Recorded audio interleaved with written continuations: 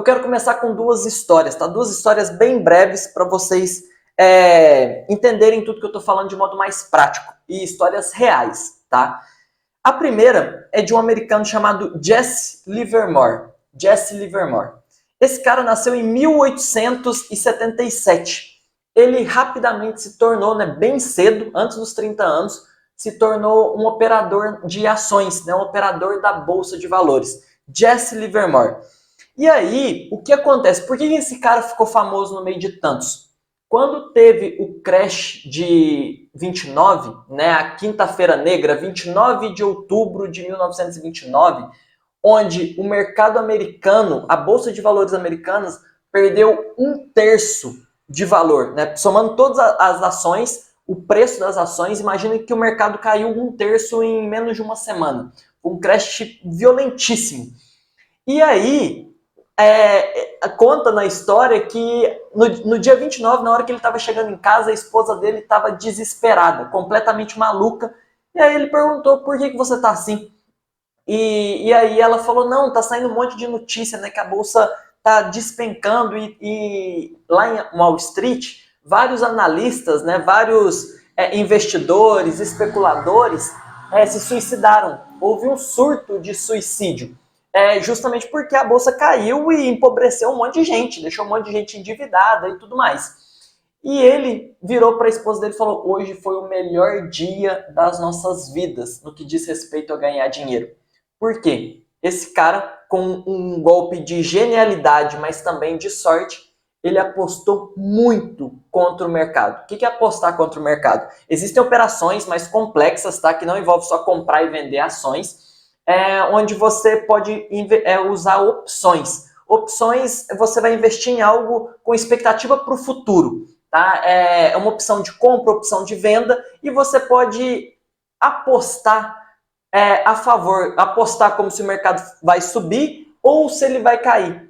E esse cara apostou muito contra, muito. Apostar contra ele apostou muito dinheiro que o mercado ia cair, ia arrebentar de cair. E foi exatamente isso que aconteceu. Resumindo toda a história desse cara, em 29 ele se tornou um multimilionário com mais de 100 milhões de dólares na conta. Na mesma hora que ele ganhou, no mesmo momento que ele ganhou, ele começou a apostar cada vez mais. Ele começou a arriscar cada vez mais. E daqui a gente tira vários gatilhos. Como ele ganhou muito dinheiro, ele entendeu que ele era o dono da verdade. Que ele dominava o mercado completamente, que ele sabia tudo que ia acontecer e que cada vez ele ia ganhar mais. E que sempre seria daquele jeito.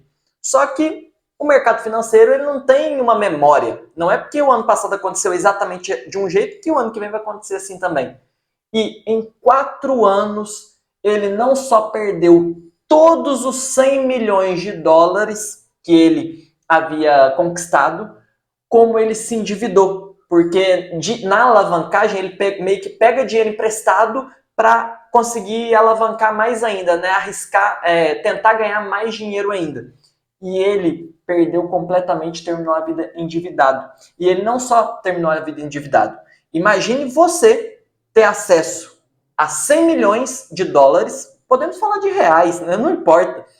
E quando vê você está endividado. Isso não tirou só o dinheiro dele, isso tirou a vida. Ele se suicidou. Ele saiu de casa, a esposa dele começou a procurar ele 3 dias depois e encontraram ele morto, ele se suicidou. Olha toda a trajetória desse cara. E do outro lado, a gente tem um cara chamado Ronald Read. Ronald Read. Ele era um zelador e era atendente em um posto de gasolina, também em um estado dos Estados Unidos, tá?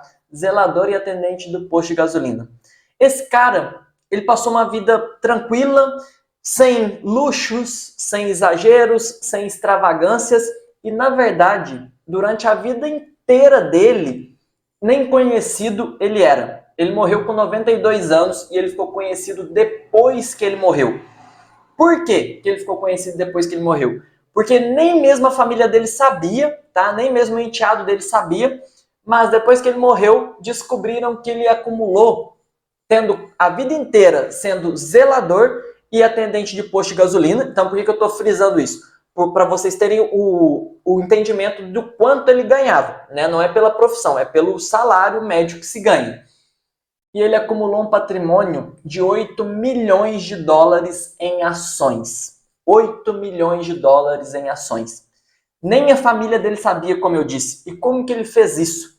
Todo mês, ele descobriu um pouco como o mercado financeiro funcionava e entendeu que existia uma oportunidade ali. Com pouco conhecimento, ele focou em ações conhecidas dos Estados Unidos. Conhecidas e que normalmente aparentava serem empresas corretas, de bons resultados, que todo mundo falava delas. Todo mês ele tirou um pouquinho e colocava lá. Estima-se que ele investiu por mais de 60 anos. Mais de 60 anos. E ele nunca tirou. O que ele deixou no final foi um atestado doando quase toda a fortuna dele para uma biblioteca da cidade dele. E ele nem era de ler, pelo menos isso é o que está na história, tá?